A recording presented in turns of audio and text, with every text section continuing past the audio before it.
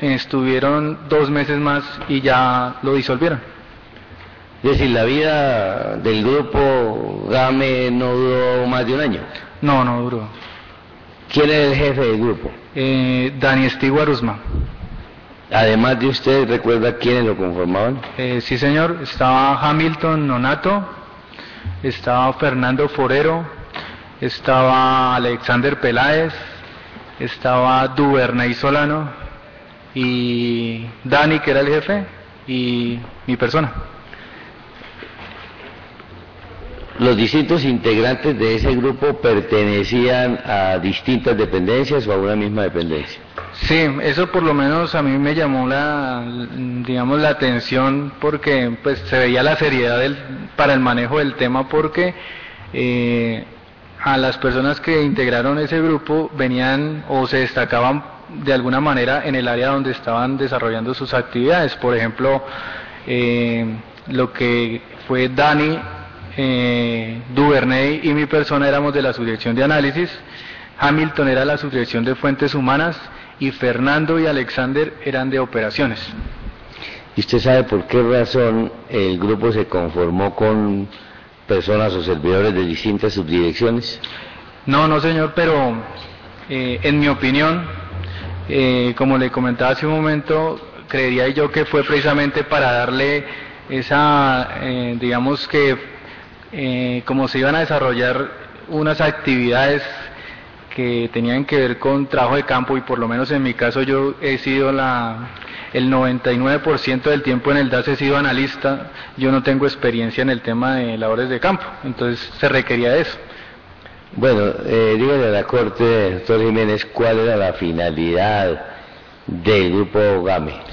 Entre otras cosas, quería decir ¿qué? Quería decir Grupo Análisis de Medios de Organizaciones Terroristas. Correcto.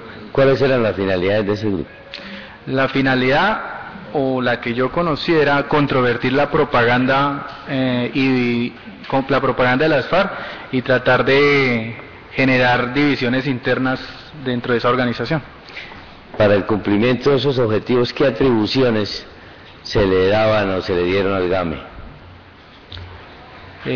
No entiendo, doctor Rosa. Es decir, el objetivo ya lo acaba de advertir. Para buscar o lograr ese objetivo, ¿qué atribuciones tenían ustedes? ¿Qué competencias?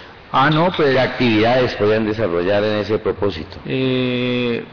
Pues las actividades que básicamente de todo el grupo fueron dos. Siempre estuvimos dependiendo de la información que nos pudiera suministrar otras dependencias, como por ejemplo análisis. Entonces nosotros éramos limitados frente a, por ejemplo, manejo de la información. Teníamos, por exigencia de la misma embajada, fuimos ubicados en una oficina externa. Eso fue exigencia de la misma embajada, tengo entendido, por el tema de la compartimentación, porque la persona enlace con la embajada no podía ir a las oficinas del DAS, y por el tema del día a día que lo agota uno en las mismas dependencias del DAS, no iba a permitir tener continuidad en el trabajo. ¿Usted recuerda la dirección donde funcionó el GAME? Eso era en la carrera 15 con 94, 93, no recuerdo. Exacta y concretamente, ¿usted qué funciones cumplía dentro del grupo? ¿Usted? Por mi especialidad como analista de las FARC, por un lado, tuve la responsabilidad de desarrollar una radiografía del secretario de las FARC y alimentar unos perfiles del COSE del ELN para el diseño de una agenda.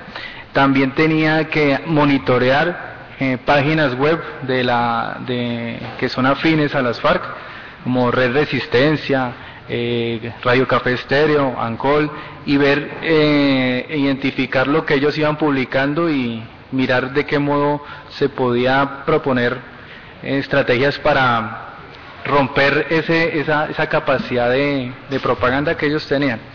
También tuve que, por el conocimiento que yo tenía acerca del conflicto colombiano, o que tengo, me encargaron El doctor Noguera a veces tenía que ir a reuniones donde atendía, qué sé yo, supongo, personalidades extranjeras o enlaces o en eventos donde el DAS, como director del DAS actuaba. Entonces yo le preparaba una presentación donde mostraba la realidad de las FARC a través de imágenes, atentados terroristas, su vinculación al narcotráfico, y él las utilizaba para eso, o supongo que él las utilizaba porque me decían que eran para la dirección.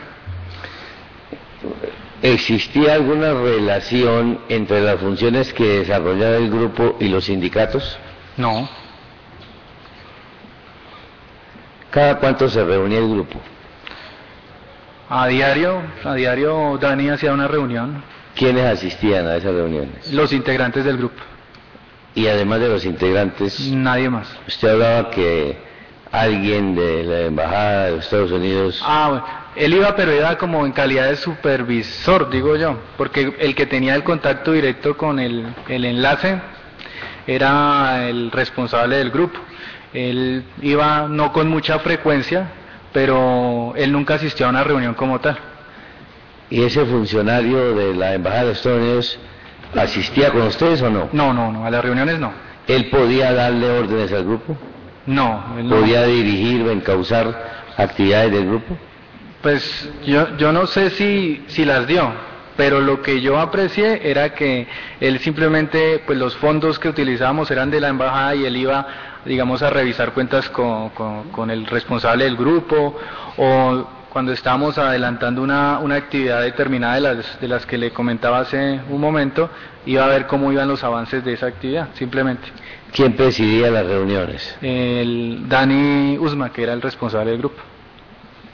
En relación con las labores que usted cumplía, ¿usted rendía informes? No, señor.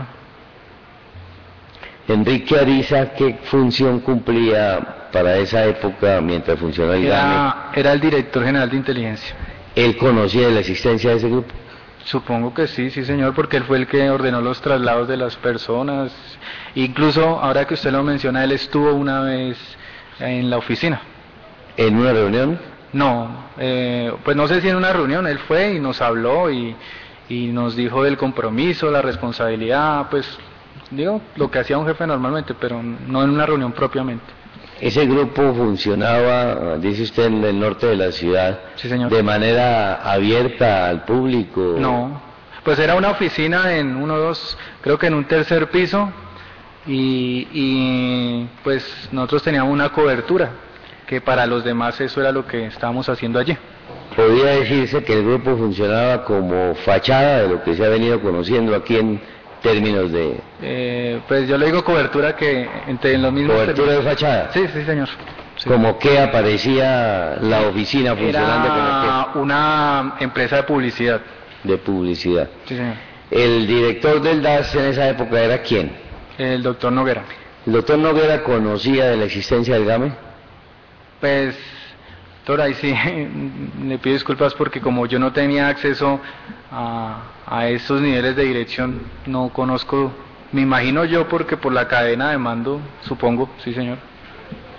¿Podría darse un evento en que, por ejemplo, las actividades que el Grupo GAME desarrollaba no pudieran llegar a conocimiento del director del DAS? ¿Podría darse eso? No sé, pero de pronto, siguiendo esa cadena de mando, yo diría que si mi jefe inmediato no consideraba necesario comentarle a su vez a su jefe, pues seguramente algo no llegaba, pero... ¿Y lo contrario? Que de abajo que si su jefe inmediato consideraba que sí. Pues yo creo que sí, me imagino que después Enrique Ariza, que era el superior, y así sucesivamente. Giancarlo Auquede Silvestre, ¿qué función cumplía en esa época dentro del DAS?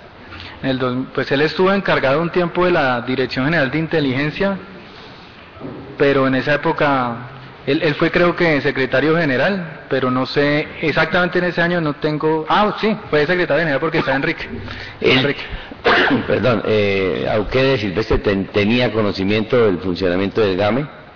No sé, doctor, pero digamos que por la línea que él manejaba, que era toda la parte administrativa, creería que no debería conocer del grupo. ¿José Miguel Narváez Martínez conocía de la existencia del GAME?